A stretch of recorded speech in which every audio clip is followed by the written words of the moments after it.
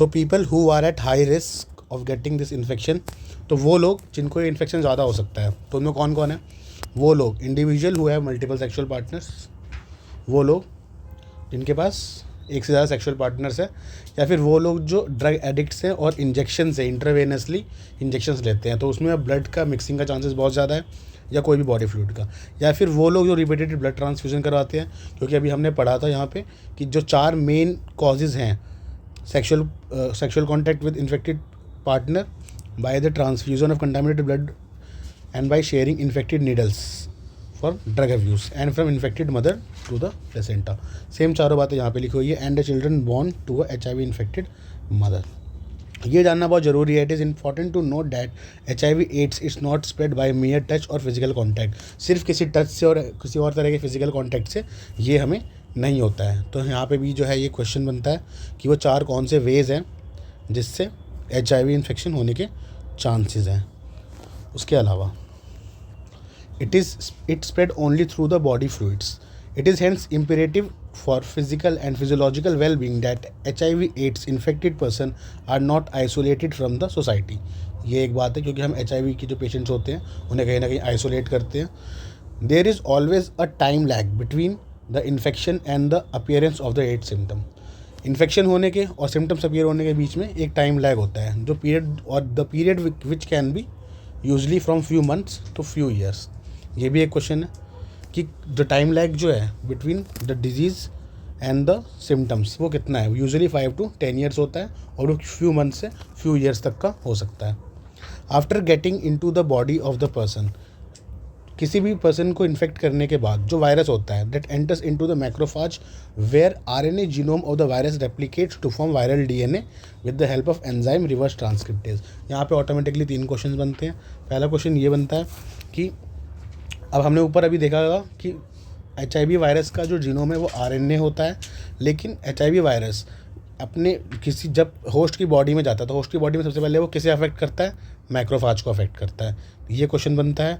उसके अलावा वहाँ जाने के बाद the virus replicate to form a viral DNA, तो RNA से किस में कन्वर्ट हो रहा है? वो DNA में with the help of enzyme. तो name of the enzyme is reverse transcriptase. The viral DNA get incorporated into the host cell. उसके बाद जो DNA होता है वो होस्ट सेल में इनकॉर्पोरेट हो जाता है and direct the infectious cell to produce virus particle, और नए वायरस प्रोड्यूस करता है. जो मैक्रोफाज होता है जिसमें इसने इन्फेक्ट करा, the macrophage continue to produce virus and in this way it acts like HIV factory. So this is why the macrophage is also called HIV factory. Question will come as which of the following organ और cell is known as HIV factory. The answer is macrophage. Question number 8. Macrophage is also known as HIV factory.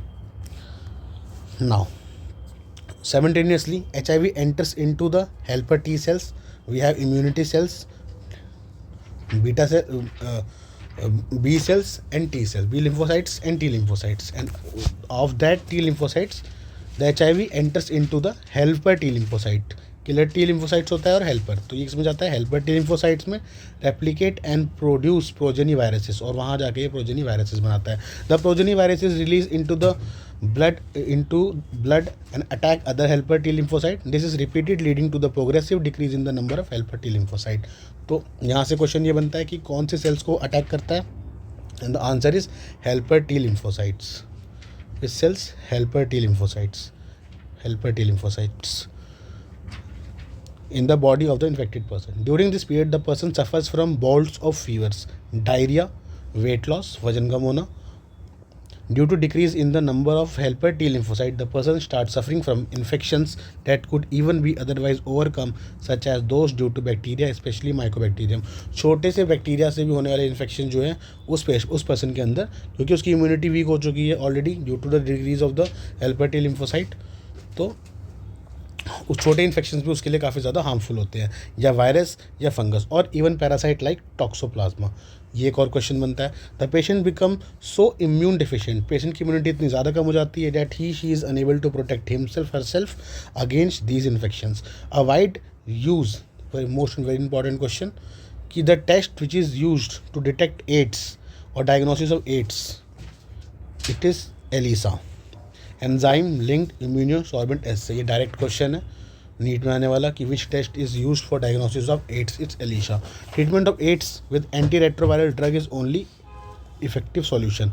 Which drugs, AIDS की जो drugs होती हैं, anti HIV जो drugs होती हैं, ads की drugs, उन्हें कहा जाता है एंटी रेट्रोवायरल ड्रग, क्योंकि एक रेट्रोवायरल है, ये एक रेट्रोवायरस है, एड्स वायरस एक रेट्रोवायरस है। They can only prolong the life of a patient but can not prevent the death which is inevitable. Prevention, as AIDS has no cure, prevention is better option. Moreover, HIV infections more often spread due to the conscious behavior pattern and is not something that happens indirectly, like pneumonia or typhoid. Of course, patients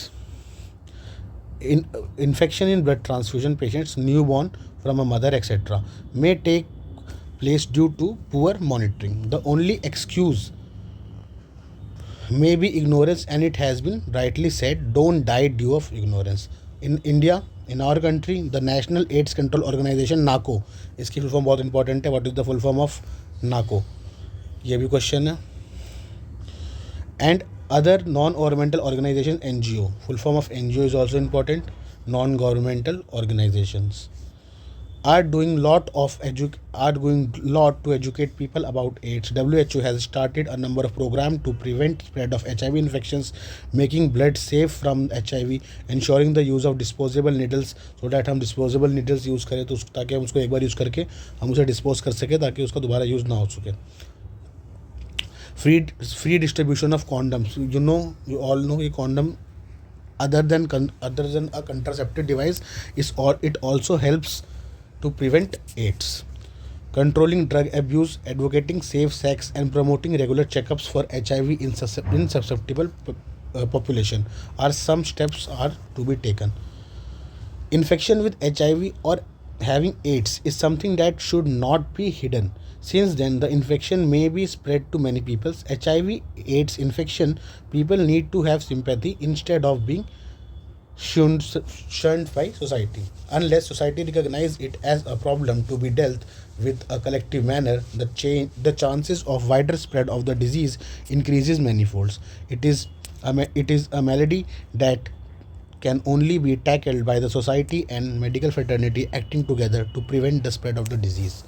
तो ये कुछ general knowledge की बातें हैं कि हम कैसे prevent कर सकते हैं, सोसाइटी को कैसे चेंज कर सकते हैं. जो मेन क्वेश्चन से लगभग 11 से 12 क्वेश्चन इसमें बनते हैं वो मैंने आपको बता दिए हैं. उसके अलावा जो इम्पोर्टेंट है वो ये है, इसका ग्राफ फिगर 7.6, तो इसे देख लेते हैं. एम्स जो वायरस होता है, मैंने बताया कि वायरस जो है HIV का वो एक रेट्रो वायरस है क्लास. तो जैसे ही ये रेट्रो वायरस है तो इसका RNA इसका पहले इसमें क्या होता है, RNA होता है. तो रेट्रो वायरस RNA जैसे ही ये इन्फेक्ट करता है नॉर्मल सेल को, सेल का नाम कौन सी सेल होती है, मैक्रोफाज सेल. जैसे ही इसके अंदर जाता है the viral RNA is introduced into the cell. उसके बाद ये RNA से क्या बनाता है, DNA बनाता है विद द एंजाइम. अभी हमने पढ़ा था reverse transcriptase, the name of the enzyme is reverse transcriptase. उसके बाद ये RNA से बना लेता है DNA. फिर ये जो DNA होता है ये होस्ट के जीनोम में इनकॉर्पोरेट हो जाता है और फिर होस्ट के ही DNA के साथ अपना नंबर बढ़ाता है, जिससे न्यू वायरसेस बनते हैं. फिर ये न्यू वायरसेस जो होते हैं इस सेल को बर्स्ट करके इससे बाहर निकलते हैं और फिर बाहर जाके अदर सेल्स को इन्फेक्ट करते हैं. तो यहाँ पे हम लोगों ने कंप्लीट कर लिया पूरा एड्स.